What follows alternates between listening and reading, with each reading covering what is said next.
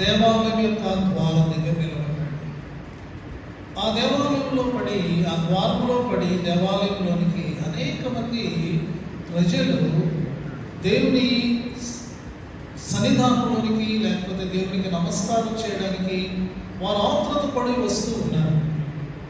దూరం నుంచి సీనిని చూసేటటువంటి వారికి ఎంత గొప్ప భక్తులు, ఎంత విశ్వాసులు, దేవుడంటే వీళ్ళకి ఎంత మరి భయం ఉన్నది, లేకపోతే ఎంత ఆసక్తి ఉన్నది అని కనబడేటటువంటి ఒక దృశ్యం. కానీ ఇర్మియా మరి అలా ప్రవేశిస్తున్నటువంటి వారిని చూచి మాట్లాడుతున్నటువంటి మాటలు అందుకు భిన్నంగా ఉన్నాయి. అయితే ఇది ఇర్మియా మాటలు కాదు. They are not the words of a man, of a prophet. They are the very words of God. దేవుడు మాట్లాడుతూ ఉన్నాడు. ఇక్కడ మేము నిలబడి మాట్లాడుతున్నప్పుడు అవి మా మాటలు అయితే వ్యర్థం, కానీ అవి దేవుని మాటలు. కాబట్టి మన ముందు వాక్యంలో పట్టుకొని ఎవరు నిలబడినా సరే వారు మాట్లాడుతున్నటువంటిది దేవుని యొక్క వాక్యమని మనం అంగీకరించగలిగితే అది మనకెంతో మేలుకరం. కొంతమంది అబద్ధ బోధకులు ఉంటారు, అది సరైన వేరే విషయం. కానీ మన ఆలయాలు మన ముందు నిలబడి దేవుని వాక్యాన్ని అందించేటటువంటి అభిషక్తులు మరి వారు దేవుని ఆత్మ చేత బోధిస్తారని మనం తెలుసుకుని దేవుని మాటలుగా మనం వాటిని గౌరవించాలి. ఆయన చెప్తే మేము వినేదేంట్లే అని అనుకుంటే అది మనకే నష్టం. దేవుడు నాతో మాట్లాడుతున్నాడు అని అనుకుంటే అది మనకు మేలుకరం. దేవుడు ఏమంటున్నారంటే, ఆయన తనను గురించి తాను చెప్పుకుంటున్నారు. ఆయన తను తాను ఈ రీతిగా అడ్రస్ చేసుకుని మీతో మాట్లాడుతుంది ఎవరో తెలుసా అంటూ రెండు మాటలు ఆయన మాట్లాడారు. ఒకటేంటంటే, సైన్యములకు అధిపతి అయినటువంటి వాడు మీతో మాట్లాడుతున్నాడు. రెండవది ఏంటంటే, ఇశ్రాయేలు యొక్క దేవుడు మీతో మాట్లాడుతున్నాడు. ఎందుకని ఈ రీతిగా దేవుడు తను తాను ఆయన పరిచయం చేసుకుంటున్నారు ఈ ప్రజలకు తెలియదా? మరి ఈ ప్రజలకు ఆయన అలాంటి వాడిని తెలిసినప్పుడు మరలా ఎందుకు ఆయన అలా పరిచయం చేసుకుంటున్నారు అంటే, అందులో ఆయన కొంత స్ట్రెస్ పెడుతూ ఉన్నారు. ఇలాగ నేను చెప్పినప్పుడు మరలా వాళ్ళు గ్రహించుకుని వారు తమతో మాట్లాడుతున్న దేవుడు, తమ దేవుడు ఎవరో గ్రహించుకుని యోగ్యంగా ప్రవర్తిస్తారు. మొట్టమొదటిది ఏంటంటే, the Lord of hosts is speaking to you. హీబ్రూలో సబోత్ అని ఆయన పిలిచారు, యావే సబోత్. దీని అర్థం ఏంటంటే, he is having the angelic forces at his command. ఆయన నోటితో ఒక చూపును అలాగా చూస్తే అక్కడ ఉన్నటువంటి ఆ యొక్క దూతలు, మహాదూతలు ఆ యొక్క దృష్టిలో ఆయన ఏం ఉద్దేశిస్తున్నాడో గ్రహించుకొని వెంటనే ఆ ఆజ్ఞగా స్వీకరించి వాటిని వారు శిరస వహించే అంతటి వాడు. ఆయన వెనుకున్నటువంటి దూతల సైన్య సమూహములు కోటాను కోట్లు, we cannot count the number of the angels. They are armies of God. ప్రియమైన వారులారా, దేవుడు సైన్యములకు అధిపతి అని చెప్పుకుంటున్నప్పుడు ఇప్పటి వరకు అంటే ఇర్మియా కాలం వరకు ఒక చరిత్రను తిరగేసి చూస్తే వారి యొక్క విజయాలు వెనుక, వారింత ఘనంగా జీవించడం వెనుక ఆయన ఎలాంటి వాడుగా ఉన్నాడో వారు జ్ఞాపకం చేసుకుంటారని. ఉదాహరణకు మనము దావీదు గొలియాతు యొక్క మరి ఆ యుద్ధాన్ని మనం జ్ఞాపకం చేసుకున్నప్పుడు దావీదు చిన్నవాడుగా ఉన్నాడు, ఆయుధాలేమీ లేవు. He was just a shepherd bye, ఒక గొర్రెలు కాల్చుకునేటటువంటి వాడుగా ఉన్నాడు. అవతల గొలియాతు యుద్ధశూరుడుగా ఉన్నాడు. అతనికి కవచాలు ఉన్నాయి, అతనికి ఆయుధాలు ఉన్నాయి, అతను యుద్ధంలో ఆరితేరినటువంటి వాడుగా ఉన్నాడు. అయితే దావీదు ఎంతో ధైర్యంతో గొలియాతును ఎదుర్కొంటూ ఉన్నాడు. ఇశ్రాయేలు సైన్యాలు గజగజ ఉడుకుతూ ఉన్నాయి. గొలియాతు రూపాన్ని చూసినప్పుడే, అతని రంకెలు వింటున్నప్పుడు మరింతగా వారి గుండెలు దిగజారిపోతున్నాయి. అయితే దావీదు అంటాడు, సమూయేలు మొదటి గ్రంథం 17వ అధ్యాయం 45వ వచనం ప్రకారంగా, ఇదిగో దావీదు గొలియాతుతో ఏలా అనే లోయలో ఆ బ్యాటిల్ ఫీల్డ్ లో అతన్ని మరి సింగిల్ గా ఫేస్ చేస్తున్నప్పుడు అంటున్నాడు 17:45, నీవు కత్తియు ఈటయు బల్లెమును ధరించుకుని నా మీదకు వచ్చుచున్నావు. అయితే నీవు తిరస్కరించిన ఇశ్రాయేలీయుల దేవుడైన యెహోవా పేరట నేను వస్తున్నా. చూసారా, ఇదిగో ఇశ్రాయేలీయుల దేవుడైనటువంటి యెహోవా సైన్యములకు అధిపతి యెహోవా. చూసారా? That is my strength. నేను ఒంటరి అనుకుంటున్నావేమో గొలియాతు, నీకు కనబడినటువంటి సైన్యాలు, నీకు కనబడినటువంటి ఆయన సైన్యములకు అధిపతి అయినటువంటి ఇశ్రాయేలు దేవుడు నాతో ఉన్నాడు. ఆ రోజు ఇశ్రాయేలు చరిత్రలో నేటి వరకు కూడా till date it was great great great great victory. ఇశ్రాయేలు యుద్ధంలో వాడేటటువంటి ఒక మరి ఆయుధం పేరు డేవిడ్స్ స్లింగ్. డేవిడ్స్ స్లింగ్ ఒకే ఒక షాట్ అంతే, వెంటనే గొలియాతును నేలకరిచాడు. కాబట్టి ఇప్పుడు ఇశ్రాయేలు యుద్ధం చేస్తున్న వారు వాడే ఆయుధం పేరు ఏంటంటే డేవిడ్స్ స్లింగ్, దావీదు వడిసెల అని పెట్టుకున్నారు వాళ్ళు. గమనించారా? ఎలాంటి దేవుడు వారి వెనక ఉన్నాడు. ఈ దేవుడు కేవలం యుద్ధాలు ఇలాగ మరి చేసే దేవుడు మాత్రమే కాదు, ఆయన ఏ రీతిగా ఆరాధించబడుతూ ఉన్నాడు. పరలోకంలో యెషయా గ్రంథంలో మనం వస్తే దాన్ని మనం జ్ఞాపకం చేసుకుంటాం. 6వ అధ్యాయంలో 3వ వచనంలో యెషయా దర్శనం చూస్తూ ఉన్నాడు.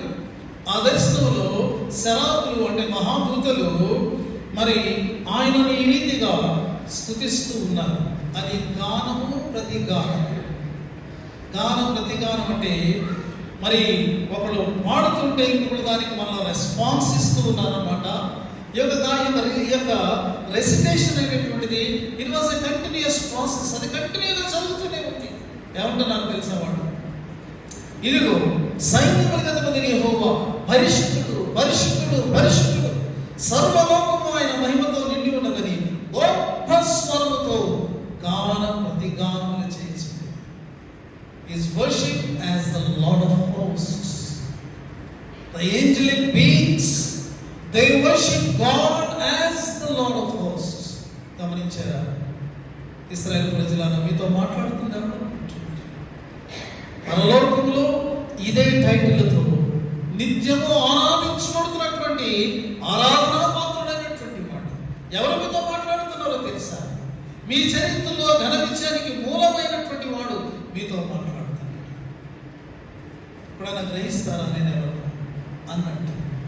రెండవది మనం చూస్తే ఇశ్రాయేలు దేవుడు మీతో మాట్లాడుతూ ఉన్నాడు. The one who is speaking to you is the God of Israel. క్రైస్తవుల దేవుడు అంటే ఎలా ఉంటుందో ఇశ్రాయేలు దేవుడు అంటే ఎలా ఉంటుంది అంటే God was identifying with his people. వారు ఆయన ప్రజలుగా లోకానికి వారు తమ ప్రవర్తనలో కనబడకుండా ఉండిపోయారు. ఆ దేవుడు మరిగిపోతున్నాడు వారి యొక్క జీవితాలలో, వాడి ప్రవర్తనలో. కానీ still God was identifying himself with the people of Israel. యెషయా గ్రంథంలో మనం చూస్తే ఈ వర్డ్ చాలా బైబిల్ గ్రంథంలో చాలా రిపీటెడ్గా వస్తుంది. సైనికులుగా కథలు దేవుడు అనే మాట, ఇశ్రాయేలు దేవుడు అనే మాట రిపీటెడ్గా మనకు వస్తూనే ఉంటాయి. ఉదాహరణకు 43-14 వచ్చిన యెషయా గ్రంథంలో ఇశ్రాయేలు పరిశుద్ధ దేవుడును నీ విమోచకుడునైన యెహోవా. ఎవరనుకుంటారో నీతో మాట్లాడుతుంది. ఇదిగో ఆయన పరిశుద్ధ దేవుడు, ఆయన విమోచకుడైనటువంటి వాడు, ఆయన నీ దేవుడుగా ఉండడానికి ఇష్టపడ్డాడు. 43వ అధ్యాయం 3వ వచనం యెషయా గ్రంథం, ఇశ్రాయేలు పరిశుద్ధ దేవుడైనటువంటి నేనే నిన్ను రక్షించువాడను, నీకు నేను తప్ప మరొక దిక్కు లేదు. ఎవరైనా నిన్ను రక్షించగలరు, రక్షించారు అన్నట్టయితే నేనే అని దేవుడు అక్కడ ఆ ప్రజలతో ఘంటాపదంగా ఆయన చెప్తూ ఇంట్రడ్యూస్ చేసుకుంటున్నారు. తమ దేవుని ఎరుగువారు బలము కలిగి గొప్ప కార్యములు చేయండి. నీ దేవుడు నీకు తెలుసా? ఆయన పేరు లేకపోతే ఆయన చరిత్ర అది కాదు.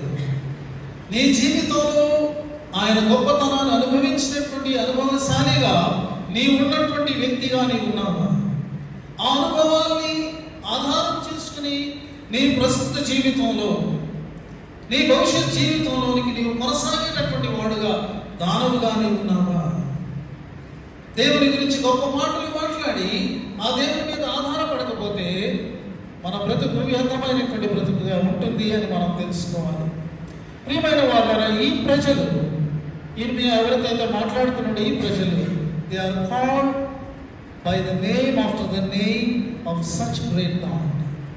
ఇశ్రాయేలీయులు దేవుని ప్రజలు అంటే they are to represent God in this world.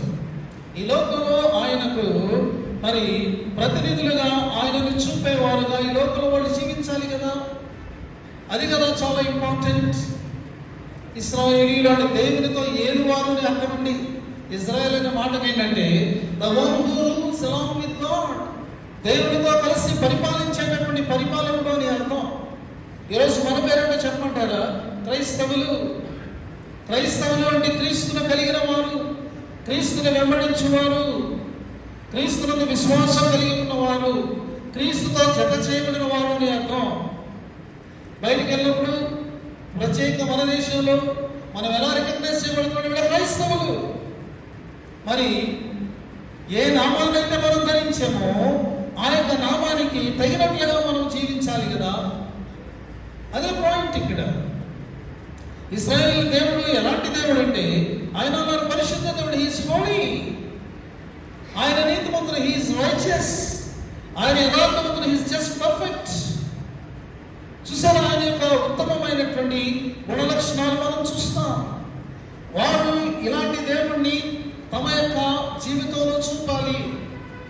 ఆయన న్యాయవంతుడు, ఆయన ధర్మాన్ని చేసేటటువంటి వాడు. కాబట్టి తమ జీవితంలో ఆ న్యాయాన్ని, ధర్మాన్ని, ఆ యొక్క పరలోకపు దేవుని యొక్క క్రమాన్ని వారు కనపరచవలసినటువంటి వారుగా ఉంటూ ఉన్నారు. కానీ ప్రియమైన వారులారా, they are supposed to live like that. We are supposed to live like that. మనం కూడా మన క్రీస్తు ప్రభువుల యొక్క గుణగణాలకు తగినట్టుగా, ఆయన పిలుపుకు తగినట్టుగా మనం జీవించాలి. నిన్ను చూస్తే నీ దేవుడు ఎవరో ప్రజలు చెప్పగలగాలి. నిన్ను చూసి నీ దేవుడు మిస్అండర్స్టాండ్ చేసుకోకూడదు. నన్ను చూసి నేనే పేరుతో పిలుపుతున్నా దేవుడు మిస్అండర్స్టాండ్ అవ్వకూడదు. ఎందుకంటే ఆ దేవుడు ఎలాంటి వాడు అలాగే నేను చూపిస్తే అప్పుడు కరెక్ట్గా ప్రజల్లోనికి ఆ దేవుని గురించినటువంటి అవగాహన కలుగుతుంది. కానీ ప్రజలు అలా ఉన్నారు.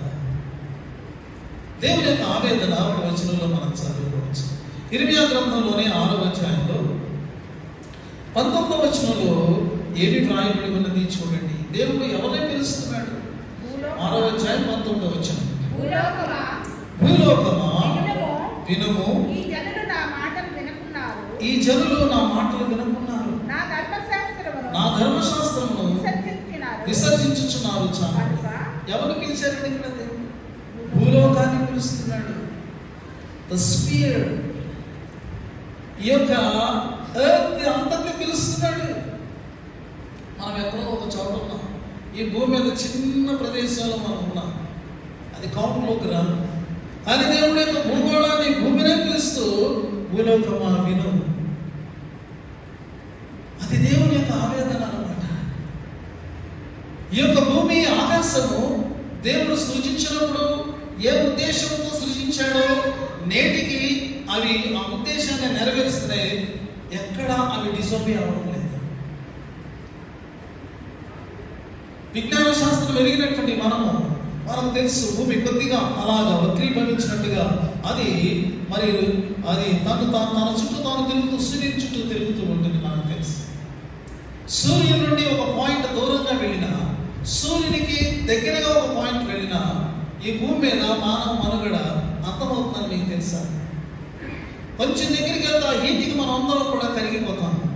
ఒక పాయింట్ కొంచెం దూరం వెళ్తే ఫ్రీజ్ అయిపోయి మనం చనిపోతాం.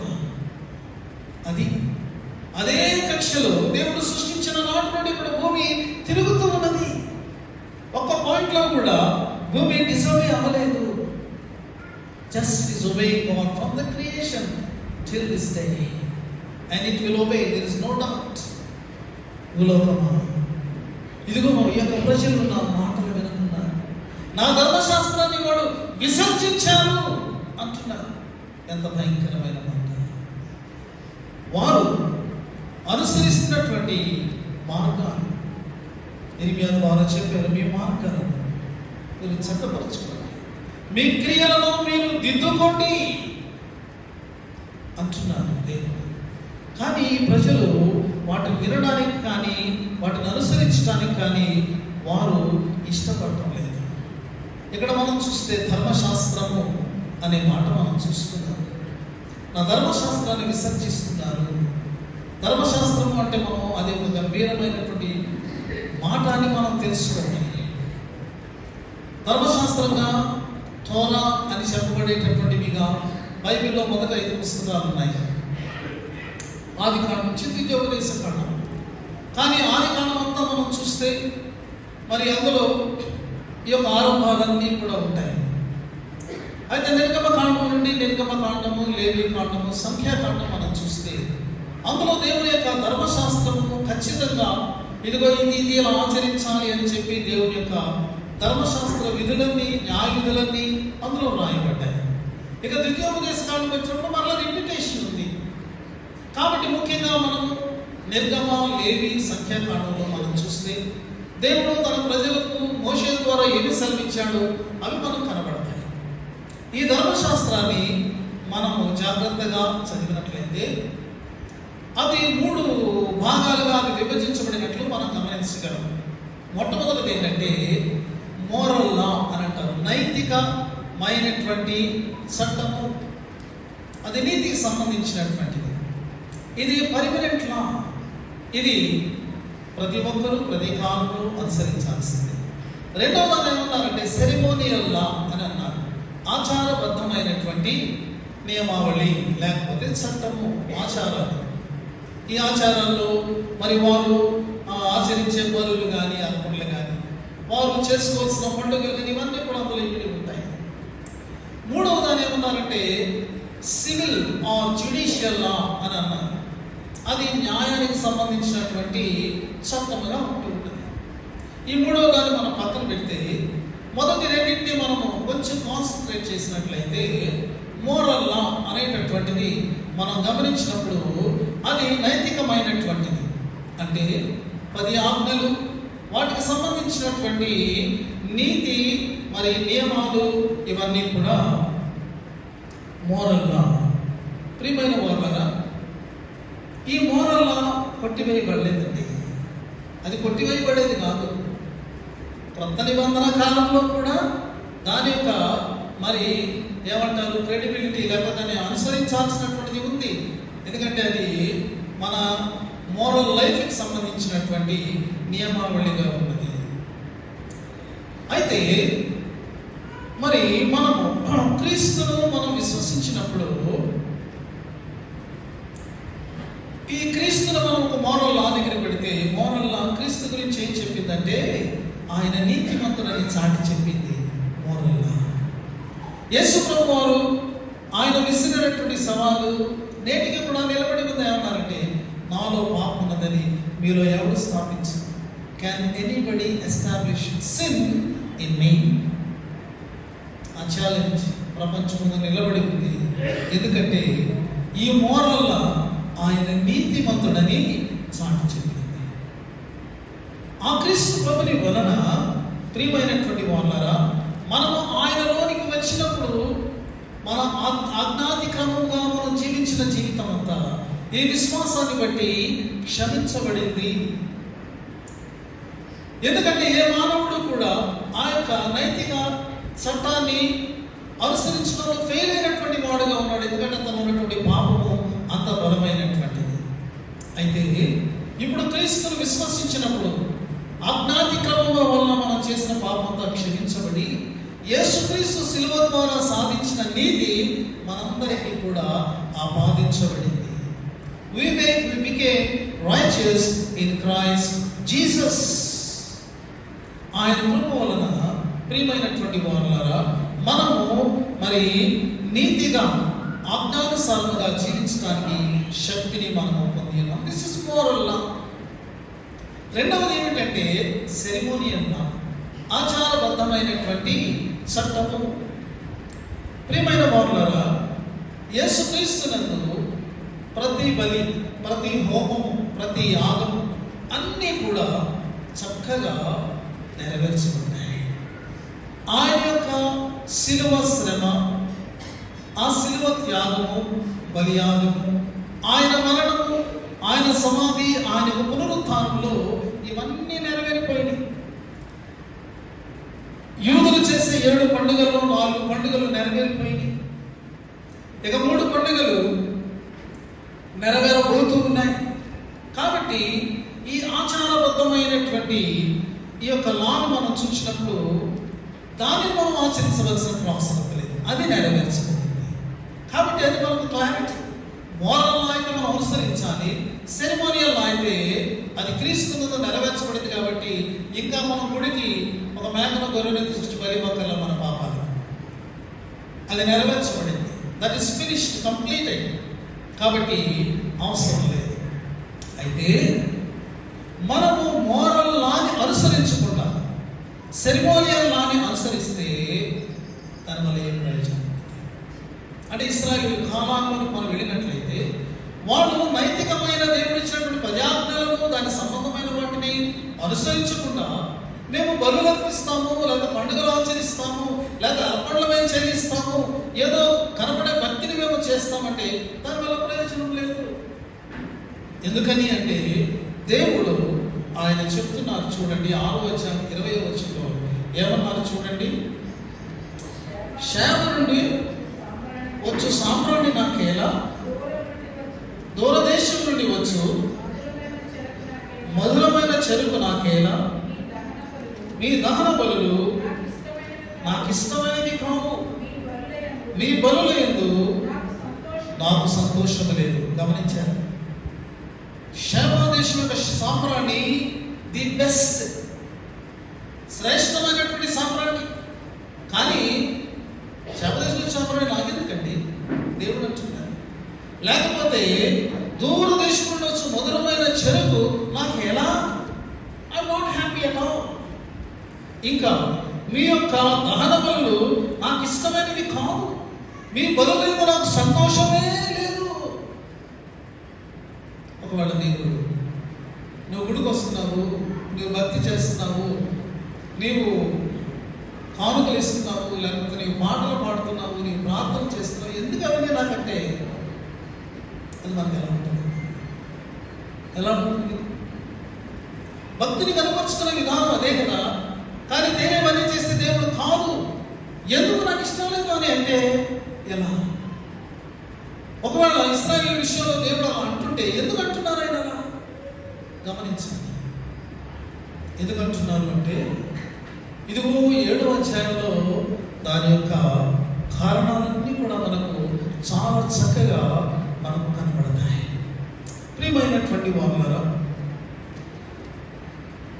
ఆత్మలో శుద్ధి లేదు, ఆచారం మాత్రమే మిగిలినటువంటి బ్రతుకుగా ఉంది. 14వ శతాబ్దంలో జీవించిన వేమన అనే కవి రాసిన పద్యాలు చాలా ఇంట్రెస్టింగ్గా ఉంటాయి. అందులో ఆయన ఒక పద్యంలో మొదటి 2 పాదాలు ఏం రాశాడంటే, ఆత్మశుద్ధి లేని ఆచారం అది ఏదా, భాండశుద్ధి లేని పాకమేదా అన్నాడు. ఆ యొక్క పాత్ర లోపల శుభ్రంగా లేకపోతే అందులో నువ్వు ఎంత గొప్ప రుచికరమైన వంట వండితే మాత్రం ఏంటి ప్రయోజనం? అలాంటి భోజన పదార్థాన్ని అశుభ్రమైనటువంటి పాత్రలో వండినటువంటి ఆహారాన్ని నీ ముందు పెట్టి తినమంటే అది మనను సంతోషపెట్టినట్ట, మనను అవమానపరిచినట్ట. అలాగే ఆత్మశుద్ధి లేకుండా ఆచారాలు మనం చేస్తే ఇదిగో ఈ యొక్క మరి ఇవన్నీ కూడా అశుభ్రమైనటువంటి అపవిత్రమైనటువంటి పాత్రలో వండినటువంటి ఆహార పదార్థాల వంటివి. వాటిని మనం తెచ్చి దేవుని ముందు పెడితే దేవుడు మనం నిజంగా ఆరాధిస్తున్నామా? దేవుడు నిజంగా వాటి యందు ఆయన ప్రీతి కలిగి ఉన్నాడా, లేకపోతే మనం దేవుడిని అవమానపరుస్తున్నామా? దేవునికి నువ్వు ఏం ఇవ్వకపోయినా పర్వాలా, దేవుడిని అవమానపరిస్తే మాత్రం చాలా ఘోరమైనటువంటి విషయం. చాలా మంది తమకు తెలియకుండా చేసినటువంటి పని ఏంటంటే, ఏదో ఇచ్చేస్తే దేవుడు కళ్ళు పుస్తకం తీసేసుకుంటాడు, అన్నీ తెలియదు కదా అని అనుకుంటున్నారు. Unless you are cleansed in within yourself, whatever you offer, God doesn't receive it. ఇది చాలా పక్కా స్టేట్మెంట్. నీ యొక్క ఆంతర్యంలో శుద్ధి లేకుండా, ఆంతర్యంలో అవగాహన లేకుండా, ఆంతర్యంలో నిజంగా దేవుని ప్రీతి పరచాలనేటటువంటి భావం లేకుండా, ఆ పవిత్రత లేకుండా నేను ఇస్తే దేవుడు పాపం ఏమీ లేదు కదా, ఆయన గమమ్మ తీసేసుకుంటాడు, నేనే ఆమె స్తుతించేవాడు లేడు కదా, నేను స్తుతిస్తే దేవుడు స్తుతించబడిపోతాడు అని మనం అనుకుంటే దేవుడు అలాంటి వాడు. అందుకనే సైన్యములకు అధిపతి, ఇశ్రాయేలు పరిశుద్ధ దేవుడు, దిక్కులేని వాడు అనుకుంటున్నావా నువ్వు? నీవేం చేయకపోతే ఆయన గడవలను అనుకుంటున్నావా అన్నట్టు దేవుడు మాట్లాడుతున్నాడు. ఉదయం మనం దాన్ని గమనించుకోవాలి. ఎందుకంటే ఇక్కడ ఇశ్రాయేలు ప్రజలు దానిని గమనించలేదండి. దేవుడు మనకు 10 ఆజ్ఞలు ఇచ్చాడు. ఆ 10 ఆజ్ఞలు అసలు మనకు గుర్తుంటాయా? వాటి క్రమంలో వాటిని మనము మరి జ్ఞాపకం చేసుకోగలమా? అవి చాలా మంది అనుకుంటారు పాత నిబంధన కాబట్టి అవసరం లేదులే అని అనుకుంటారు. కాదు, దేవుడు మన నీతిని తీర్చేటప్పుడు ఆయన వాటిని తీసుకుని వస్తాడు. ఆయన మన యొక్క జీవితాన్ని చూస్తాడు. ఇదిగో తన యొక్క నీతి మరి ఈ యొక్క చట్టాన్ని ఆయన ప్రక్కన పెడతాడు, మరొక ప్రక్కన నిన్ను పెడతాడు. బెల్షస్సను ఆయన కూర్చోలేదు. అనేటటువంటి మాట రాయబడలేదా? మనం గమనించుకోవాల్సిన అవసరం ఉంది. ఈ ప్రజలను మనం చూసినప్పుడు వారు ఏ రీతిగా ఆజ్ఞలు మీరే ఒకసారి మనం 10 ఆజ్ఞలు మనం జ్ఞాపకం చేసుకుందామండి. ఈ 10 ఆజ్ఞలు మనకు కంఠత రావాలి. ఈ 10 ఆజ్ఞలు కంఠత పెట్టడం మాత్రమే కాకుండా మన అనుకునే జీవితంలో ఎక్కడైనా మనం వీటిని మీరుతున్నామేమో అని మనం అనుకోవాలి. అప్పుడప్పుడు నేను ఈ యొక్క కన్ఫర్మేషన్ క్లాసెస్ తీసేటప్పుడు మీరు ఏ ఆజ్ఞనే మీరుతున్నావు అంటే కొంతమంది ఎవరు రాస్తారంటే నేనే మేరట్లేదు అంటారు. కానీ మేరనప్పుడు నీకు కన్ఫర్మేషన్ ఏమండి? 10 ఆజ్ఞలు నీవు మీరుతున్నావు అంటే నేను ఒక్కటి కూడా మేరట్లేదు అంటే వాడు దృష్టిలో చాలా నీతి మంత్రులు. అది అవగాహన లోపం. గట్టిగా మాట్లాడితే పాపం వాడు చెప్పేస్తారు అనుకోండి. కానీ ఇచ్చేతలకు వాళ్ళు ఏమనుకున్నారంటే లేదు నేను క్రైస్తవ కుటుంబంలో పుట్టాను కాబట్టి నేను అంతా కరెక్ట్గా ఉన్నాను అని అనుకుంటున్నాను. కానీ ప్రియమైనటువంటి వాళ్ళారా, మనము already we have broken the commandments of God. తెలుసో తెలియదు. మొదటి ఆజ్ఞ మనం జ్ఞాపకం చేసుకుంటే మీరు నాతో చెప్పచ్చు, నీ దేవుడైన యెహోవాను నేనే, నేను తప్ప వేరొక దేవుడు నీకుండకూడదు. పైన ఆకాశం అందే కానీ, క్రింద భూమి అందే కానీ, భూమి క్రింద ఉండే నీళ్ళందే కానీ ఉండే విగ్రహములు కానీ మరి రూపములు కానీ విగ్రహములైన కానీ నువ్వు చేసుకోను. వాటికి సాగిల పడకూడదు, వాటిని నో ఐడల్. రెండవ ఆజ్ఞ, నీ దేవుడైన యెహోవా నామమును వ్యర్థముగా ఉచ్చరించు. మూడవ ఆజ్ఞ, విశ్రాంతి దినమును పరిశుద్ధముగా ఆచరించుటకు జ్ఞాపకం ఉంచుకోవాలి. నాలుగవది, నీ దేవుడైన యెహోవా నీకు అనుగ్రహించు దేశంలో నీవు దీర్ఘాయుష్మంతులు వదిలినట్లు ఎవరు సన్మానించాలండి? అంటే దండయ్య వాళ్ళకి దండేశ్వర అని చెప్పేసి happy Mother's Day, happy Father's Day అదా? దానికి మించి కదండి. 5వ ఆజ్ఞ, నరహత్య చేయకూడదు. 6వ ఆజ్ఞ, వ్యభిచరించకూడదు. 7వ ఆజ్ఞ, 8వ ఆజ్ఞ, నీ పొరుగు వారి మీద వద్ద సాక్ష్యం పలకకూడదు. 9వ ఆజ్ఞ, నీ పొరుగు వారి ఇల్లు ఆసక్తకూడదు. 10వ ఆజ్ఞ, నీ పొరుగు వారి భార్యనైనను, అతని దాసునైనను, అతని దాసినైనను, అతని ఎద్దునైనను, అతని గాడిదనైనను ఆసక్తకూడదు. వీళ్ళకు వివరం కూడా మనకు తెలుసు. ఇప్పుడు ఇర్మియా నిలబడి వారితో ఏం చెప్తున్నాడు మనం గమనిస్తేనండి, వారు మొదటి ఆజ్ఞను వారు మీరినటువంటి వారుగా ఉన్నారు. ఈ యొక్క మనము 5, 6, 7 అంటే 10 వచనాల వరకు వీటన్నింటినీ కూడా ఒక యూనిట్గా మనం చూస్తే ముందు వెనకలుగా ఈ మాటలు రాయబడ్డాయి. మొట్టమొదటిది ఏంటంటే, తామెరుగని అన్య దేవతలను ఈ ప్రజలు అనుసరిస్తున్నారు. 10వ వచనం ప్రకారం. 6వ వచనం ప్రకారం కీడు చేయు అన్య దేవతలను వారు అనుసరిస్తున్నారు. 10వ వచనం ప్రకారం బయలులకు ధూపం వేస్తున్నారు. క్లియర్గా వాళ్ళు మొదటి ఆజ్ఞను వాళ్ళు మీరే. తాము ఎరుగునంట ఆ దేవతలు కానీ పూజించేస్తున్నారు. తమను ఎరిగి తమను విడిపించినటువంటి దేవుణ్ణి వాళ్ళు నెగ్లెక్ట్ చేస్తూ ఉన్నారు. రెండవది మనం చూస్తే 9వ వచనంలో మనం చూస్తే దేవుడు బ్రేకింగ్ ద 5th commandment, నరహత్య చేస్తూ ఉన్నారు. అలాగే 6వ వచనం చూస్తే నరహత్య చేస్తే చేశారు, నిర్దోషుల రక్తాన్ని వాళ్ళు చిందిస్తున్నారంట.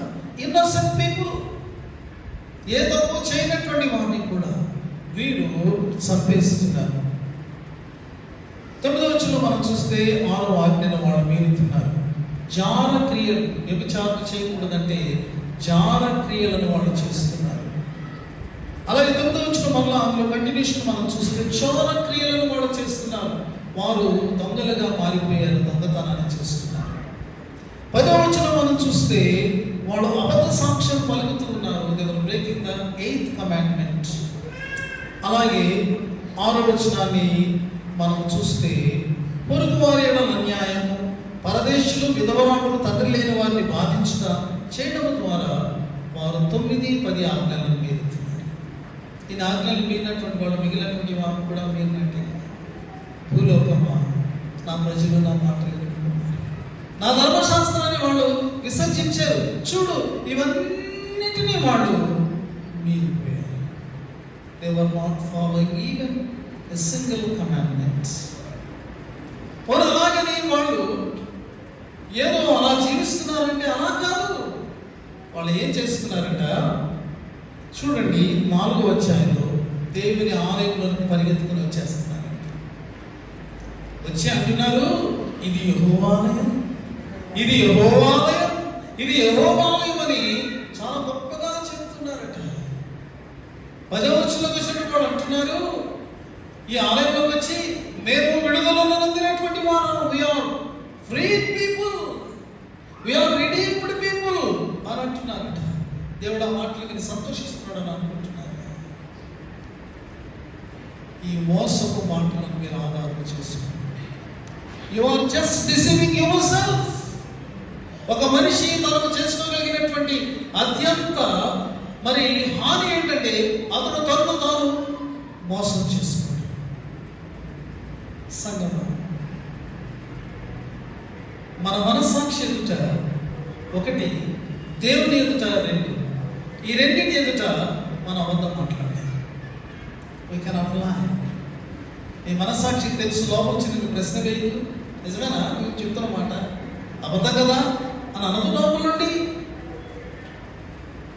దేవుడు మనస్సాక్షిని పెట్టాడు. ఎప్పటికప్పుడు నువ్వు కరెక్ట్ చేసుకోవాలి. నా మనస్సాక్షి ముందు నేను దోషిని కాకూడదు. ఐఎమ్ కాన్షియస్, గిల్టీ కాన్షియస్ గా మారకూడదు. రెండవది, దేవుడు సమస్తమును ఎరిగినటువంటి వాడు కాబట్టి ఆయన ముందు నేను గిల్టీ కాకూడదు. చూసారా? కానీ దేవుడు అంటున్నారు, మీరు ఉత్తరది మాటలు మాట్లాడుకుని మిమ్ములను మీరు మోసం చేసుకుంటున్నారు. ఇశ్రాయేలు జనాంగం, దేవుని నామం పెట్టబడినటువంటి జనాంగం చేసుకుంటుంది ఏంటంటే వారు తమను తాము మోసం చేసుకుంటూ మోసకరమైన మాటలు ఆధారం చేసుకుని వాళ్ళు బ్రతుకుతూ ఉన్నారు. మోసం నీకు ఇచ్చేటటువంటి ఫలం ఏమిటి? నీవు మోసానికి తింటే మరింత ఎక్కువగా మోసపోవడం అనేటటువంటి పంటను నీవు కోస్తావు. You must be very careful. O Christian, you must be very careful. చాలా జాగ్రత్తగా ఉండాలి. క్రైస్తవ విశ్వాసం కలిగినటువంటి మనము అది మనం తెలుసుకోవాలి. ప్రియమైనటువంటి వాళ్ళు, వీళ్ళు విడుదల పొందింది అని చెప్తుంది ఏంటో తెలుసా? ఎప్పుడో వాళ్ళు పెద్దల నుంచి విడుదల పొందే కదా అని ఇప్పుడు జ్ఞాపకం చేసుకుంటారు. కానీ వాళ్ళ యొక్క జీవితాలు పాపం యొక్క సంఖ్యలలో బిగిసిపోయి ఉన్నాయి. శాపం యొక్క సంఖ్యలలో వాళ్ళ యొక్క జీవితాలు చెరలోనికి వాళ్ళు వెళ్ళిపోయినటువంటి వారుగా ఉంటున్నారు. బాహ్యంగా వాళ్ళు బాగానే ఉన్నారండి, కానీ ఆంతర్యంలో వాళ్ళు ఒక బందీలుగా మారిపోయినట్లు మనం చూడాలి. They were not slaves outside, they were slaves inside. వారి పాపమే, వారి మనస్తత్వమే, వారి అలవాట్లే వారిని బంధిస్తూ ఉన్నాయి. అన్కంట్రోలబుల్ గా ఉన్నటువంటి వాళ్ళ యొక్క ఈ యొక్క తత్వము వారిని పాపంలోనికి ఇచ్చివేస్తుంది. వాళ్ళు దానిలోంచి బయటికి రాలేకపోతున్నారు. చూసారా, ఈ మధ్యలో నేను ఒక స్టేట్మెంట్ నేను చదివాను. అందులో ఏం రాయబడిందంటే, I finally realised people are prisoners of their phones. That's why they are called cell phones. అదే అవును, జైల్లో పెట్టారు, సెల్లో వేసారంటాక మనం సెల్లో వేసారనంట. అసలు సెల్ ఫోన్ అనేది ఎందుకు వచ్చిందంటే పేరు ఒక ఆయన చెప్తున్నాడు, నాకు ఇప్పుడు అర్థమైంది సెల్ ఫోన్ అని ఎందుకన్నా. ఎందుకంటే ప్రతి ఒక్కరు కూడా దానిలో బంధించబడిపోయి ఉన్నారు కదండి.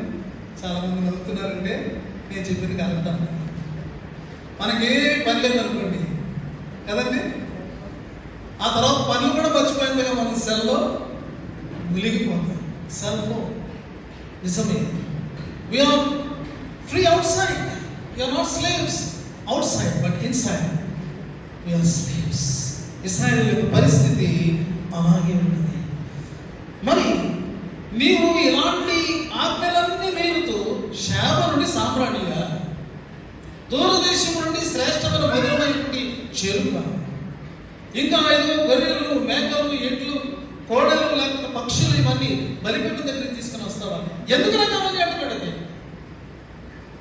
మొట్టమొదట నీ ఆంతర్యం శుద్ధి కావాలి. మొట్టమొదట నీ యొక్క అవిధేయత నీలో నుండి తొలగిపోవాలి. మొట్టమొదట నీవు దేవునికి పూర్తిగా సమర్పించుకున్నటువంటి వ్యక్తిగా నీవు మార్పు చెందాలి. అప్పుడు నీవు చేసేది ఏదైనా దేవునికి ఇంపైనదిగా ఉంటున్నది. కాబట్టి మీ క్రియలను దిద్దుకోండి, మీ యొక్క మార్గములను మీరు సరిచేసుకోండి. యేసు ప్రభువు వారు వచ్చారండి. ఇదైనా సువార్త లేఖన ప్రకారం ఆయన మాట్లాడుతూ ఉన్నారు, శాస్త్రులు పరిశీలనతో మాట్లాడుతూ ఉన్నారు. ఇదిగో మీ పితరులు చంపినటువంటి ప్రవక్త లేక సమాధులను చాలా బాగా కట్టించి, ఈ సమాధి ప్రవక్త సమాధిని నేమ్ ప్లేట్ పెట్టిస్తూ ఆ సమాధిని మీరు డెకరేట్ చేస్తూ ఉన్నారు. మళ్ళీ ఏమంటున్నారు, ఆ కాలంలో మేము బ్రతుకుంటే మేము ఇలా చంపేవాళ్ళం కాదు అంటే, అలా చంపిన వాళ్ళ బిడ్డలని, కుమార్తెలని మీరు ఖచ్చితంగా మీరు ప్రూవ్ చేసుకున్నారు కదా అని యేసు ప్రభు వారి మీద ఆయన మాట పలికారు. సరే, వాళ్ళు అలా చేశారనుకో, ఇప్పుడు మీరేం చేస్తున్నారు? What you are going to do? నేను మీ దగ్గరికి జ్ఞానాన్ని పంపబోతున్నాను, ప్రవక్తలను పంపబోతున్నాను, మీ దగ్గరికి నేను నా సేవకులను పంపబోతున్నాను. మీరేం చేస్తారో తెలుసా? ప్రభు వారు ముందే అంటున్నారు, వారిలో అనేక మందిని మీరు సిలువలో వేసి చంపుతారు, వారిలో అనేక మందిని మీరు పట్టుకొని మీరు మీ యొక్క న్యాయ స్థానాలలో వారిని పట్టుకొని మీరు కొడతారు. ఎందుకు ఇలా చేయాలి అంటే, వీళ్ళ యొక్కలో ఉన్నటువంటి తత్వము కూడా వాళ్ళు బయట పెట్టబోతున్నారు. ఎప్పుడో మా పెద్దలలో చేశారు, మీ మాత్రం అలా కాదంటే, ఆ పరిస్థితి వస్తే మీరు అంతకంటే ఘోరంగా ప్రవర్తించబోతున్నారు అని యేసు ప్రభు వారు నాటి యూదులను హెచ్చరించారే. యూదులు కరెక్ట్గా అలాగే చేశారు. కొంచెం అపోస్తల కార్యాల గ్రంథంలోకి వెళితే పేతురు పట్టుకోలేదా, యోహాను పట్టుకోలేదా, చెరసాలలో వేయలేదా, యాకోబును ఖడ్గంతో చంపించలేదా? ఎన్నెన్ని ఇదిగో ప్రభు చెప్పిన మాటలను నెరవేర్పు మనం చూసుకుంటూ వెళ్ళడం లేదు. నీతిమంతులైనటువంటి హేబేలు రక్తం మొదలుకొని జకరియా రక్తం వరకు వీరందరి నీతిమంతుల యొక్క రక్తమంతా దాని యొక్క దోషము మీ మీదికి వచ్చి తీరుతుంది అని యేసు ప్రభు చెప్పారు. ఎంత భయంకరమైన, ఎంత భయంకరమైన. ఇదిగో కోడి తన పిల్లలను తన రెక్కల కిందకు చేర్చుకున్నట్లు నేను ఆశపడి నేను మీకు పిలుపునిచ్చాను, దేవుని చూపించాను, తండ్రిని చూపించాను, ఆయన మాటలు మీకు ప్రకటించాను, ఇదిగో ఆయన గొప్ప కార్యములు మీ ముందు చేశాను. ఇంత జరిగిన తర్వాత కూడా యెరూషలేమా, నీవు నా రెక్కల క్రిందకి రావడానికి ఇష్టపడి నీళ్ళు విడువబడి ఉన్నది, నీ కర్మను నీవు అనుభవించబోతున్నావు, నీవు నన్ను విసర్జించినటువంటి ఆ యొక్క ఫలితము నీవు అనుభవించబోతున్నావు అని ప్రభు వారు చెప్పారు. ప్రియమైన వారు, అంతటి కష్టమైన మాటలు మనం భరించలేము. కానీ ప్రజలు విసర్జించినప్పుడు, అవిధేయత చూపినప్పుడు జరిగేది అదే కదా. అందుచేత దేవునికి మనం విధేయత చూపడం చాలా చాలా అవసరం. దేవుని వాక్కుకు మాత్రమే మనం విధేయత చూపాలి. దేవుని చిత్తానికి మాత్రమే మనం లోపడాలి. అది మనకు క్షేమమైనటువంటి విషయం అని మనం తెలుసుకోవాలి. పౌలు కన్నీళ్లతో మాట్లాడుతూ ఉన్నాడు. ఎవరితో అంటే ఎఫెసులో ఉన్నటువంటి ఎఫెసుని పిలిపించినప్పుడు పెద్దలతో మాట్లాడుతూ ఉన్నాడు. దేవుడు తన స్వరత్వం ఇచ్చి సంపాదించేస్తాడు. ఈ ఆలయంలో ప్రభు దేవుని పేరుతో కూర్చుని ఆరాధించుకునేటటువంటి వారు లోకంలో ఉన్నటువంటి మిగిలినటువంటి ఈ యొక్క ప్రజా గుంపులతో సమానమైనటువంటి వారు కాదు. అనేక రకాలైనటువంటి కుల సంఘాలు ఉన్నాయి. అనేక రకాలైనటువంటి ఇంకా భాషకు సంబంధమైన సంఘాలు ఉన్నాయి. ఎన్నో రకాలైన సంఘాలు ఉన్నాయి. ఆ సంఘాలకి క్రైస్తవ సంఘానికి తేడా ఏంటి? What is the difference? క్రైస్తవ సంఘం క్రీస్తు యొక్క దేహం. It is the body of Christ. ఈ యొక్క క్రీస్తు దేహముగా ఏర్పాటు చేయబడినటువంటి ఈ యొక్క సంఘము దేవుని యొక్క రక్తములో పవిత్రపరచబడినటువంటి సంఘం.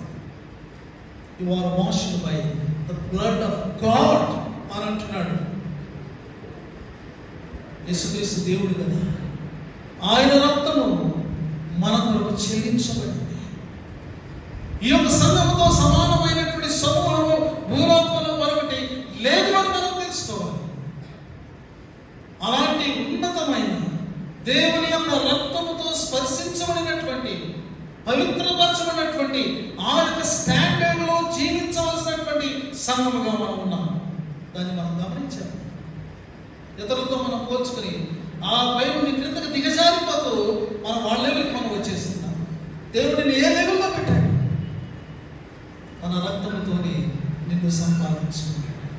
ఆయన నిన్ను కొనుక్కున్నాడు. నీవు ఆయన సొంతంగా ఉన్నావు.